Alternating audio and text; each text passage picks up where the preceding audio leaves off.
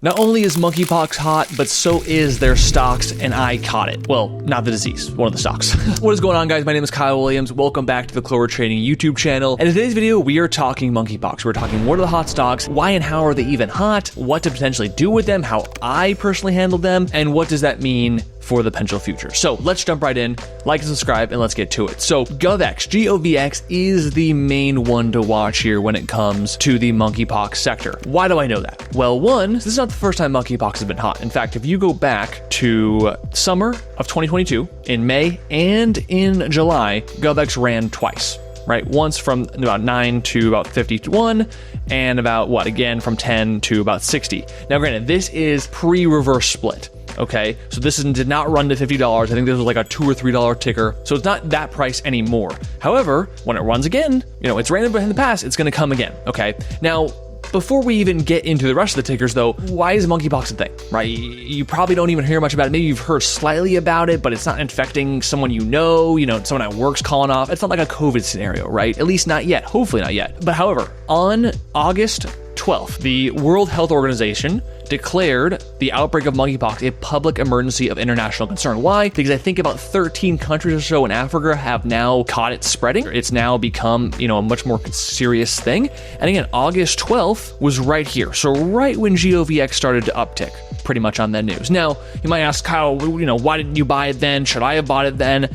For me, I'm not a news-based trader like that. So when I saw that news, I said, okay, that's great, that's awesome, but let's have price action prove that it's going to mean something first. Because it's one thing for the the World Health Organization to say it. It's another thing for then the world to react on that news, and then the stocks move out thereafter. So yes, for about 3 or 4 days after, Govx did go up, but on pretty low volume, right? It never really had more than 10 to 20 million shares a day. And that may sound like a lot, but again, when we're looking for hot sectors, we're looking 50, 100, 150, 250 plus million shares of trading on the day. It wasn't until Friday, August 16th, where finally people were catching wind. Right now we have 9 million share volume day. Then now Govx goes from mid threes all the way to high as close at 7, almost as high as 850 on the day. And this is when it grabbed my attention. And again, it's not just one ticker, there's multiple. So what are some of the other ones? Well, if you look back, SIGA has not run well. However, it was one that did run back then. Huge run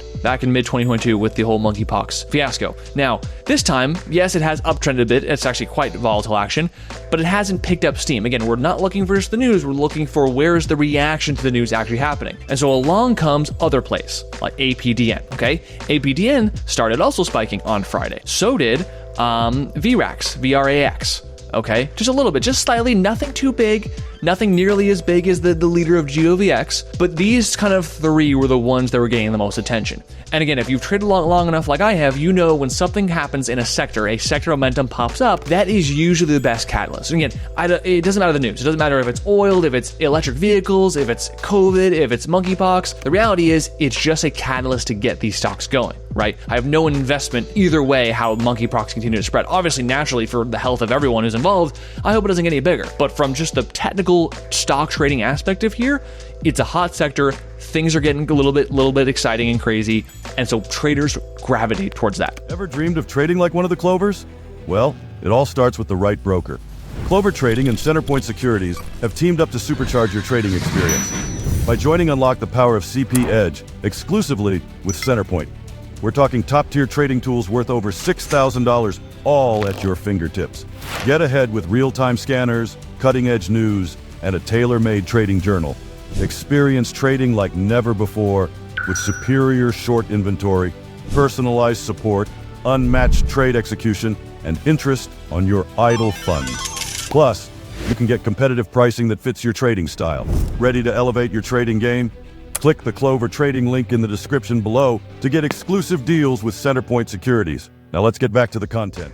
I didn't want to buy Govx. Why? Because it's already up from practically $2 all the way up to $7. It's a bit overextended for me, okay? That doesn't mean it can't go higher. Clearly now in hindsight, it did go higher. It went up to 10 plus. But for me, I was, from a safe risk reward standpoint, I did not feel like chasing Govx at 7. I decided I wanted to buy one of the other ones. I wanted to buy Vrax or Apdn. And so why did I end up picking Apdn over Vrax? Frankly, I thought the volume was a little bit better, right? We traded 51 million shares on the day versus Vrax, which only traded about 8 million, okay? Different price stocks, so again, dollar volume is a little bit different, but again, in terms of just liquidity and how much it was being traded, it immediately caught my attention on Apdn to be the probably more actively traded ticker. Now, how did I actually trade it? Let's go back in yesterday's action, or not yesterday's, Friday's action. This is a Monday. I missed this entire move, right? As Govx is running from, again, 350 to 7, 350 to 8, Apdn is making this move from pretty much in the 40s all the way to as high as like 85, 90,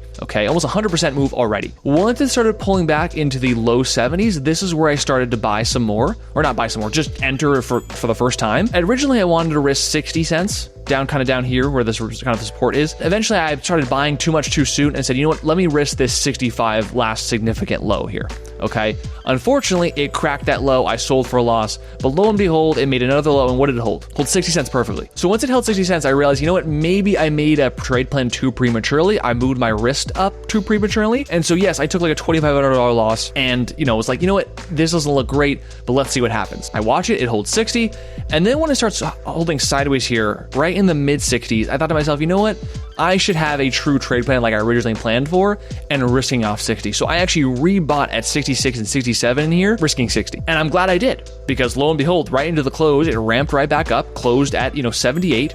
And then by after hours, it was already up in the 90s. I had sold a fourth position in the 90-cent range, covering my initial loss. And now I was back to break even with about 30,000 shares from, 67, let's call it. And my goal was to hold it overnight. Now, in after hours, had it uptrended over $1, I probably would have sold. I wouldn't have been willing to take the overnight risk, because again, in this moment, I don't know that Monkeypox is going to be hot as it is as I'm filming this video. I thought maybe there was a good chance of gap up, but there is a good chance of a gap down. The Monkeypox doesn't have to spread. The price action doesn't have to continue. And so I thought there was a world where I could be taking a loss in this. Again, that's why my risk is on 60 cents. So had this was going to gap up over $1 in after hours, I was going to just take it off, right? That was already kind of a gap up before the actual Monday price action comes. I was going to take it. However, that's not what happened. It actually held sideways in the 80s the entire time, closed at 80s, or like 84-ish here. So I said, you know what? Okay, let's take it over the weekend. Let's stick to the original plan and thesis. It clearly has not hit my price target of $1 plus. Let's come in to Monday morning. Now, normally I'm on, my schedule. If you watch enough of my videos, I'm on the West Coast. So market opens at 6:30 Eastern. Pre-market starts at like 1 or 2 a.m. So I knew I had to wake up early, but I wasn't going to wake up at 1 a.m. No, I was going to wake up maybe like, 4 a.m. my time or 7 a.m. Eastern. So either way, I was taking a risk of going into pre-market, catching maybe a possible ugly gap down. I knew that, but I wasn't going to wake up an hour before like I had planned. That was my plan originally. However, Sunday comes around. I have a really great Sunday, very relaxing, kind of just recouping, worked out, gym, spent time with family, etc. I go to bed with my alarm already set for 5:30 Pacific time. Totally forgot to wake up earlier. Okay. However, this is one of those times where it actually worked out in my favor. Why? Because then we do go to pre-market action, and out the gate from 1 a.m. or 4 a.m. Eastern time, 1 a.m. my time, meaning I'm dead asleep, it already starts ripping, right? We go from 80 cents all the way as high as 240 in the matter of the first hour and a half of pre-market, okay?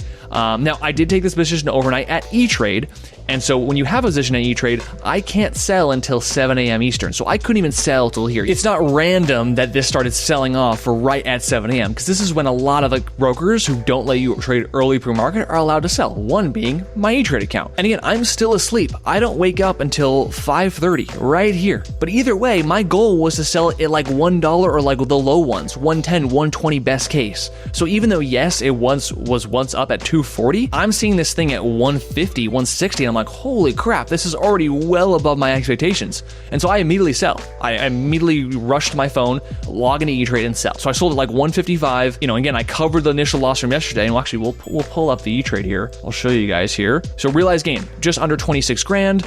Had a $45,000, $50,000 account, took it up to 70. Again, a little bit aggressive, but again, I'm willing to do that because again, I wasn't risking more than a few grand on the long, so I was naturally a bigger position size in general. But yeah, 25 grand profit, great way to start my Monday, great way to start the week. And now as we speak, these are all even higher from where I sold, right? Apdn is back above $2. Vrax, I actually tried shorting, kind of like a fader. I thought, the hype is here that like longs are chasing and it might actually cause them to actually lose money. So I did try to short, actually took a small loss about 3K-ish? Yeah, 2,800. Took a small loss there. Didn't short Govx. This is holding up decently as we're making this video. It's popping back over $10. Sector momentum's here. Now, what that means for the future, we'll see. Typically, again, if you want to use past history as any indication, again, we can't promise that, but the runs don't last long. The only way they do last long is if monkeypox gets more serious than it already is, which again, from a moral standpoint, you really don't want that.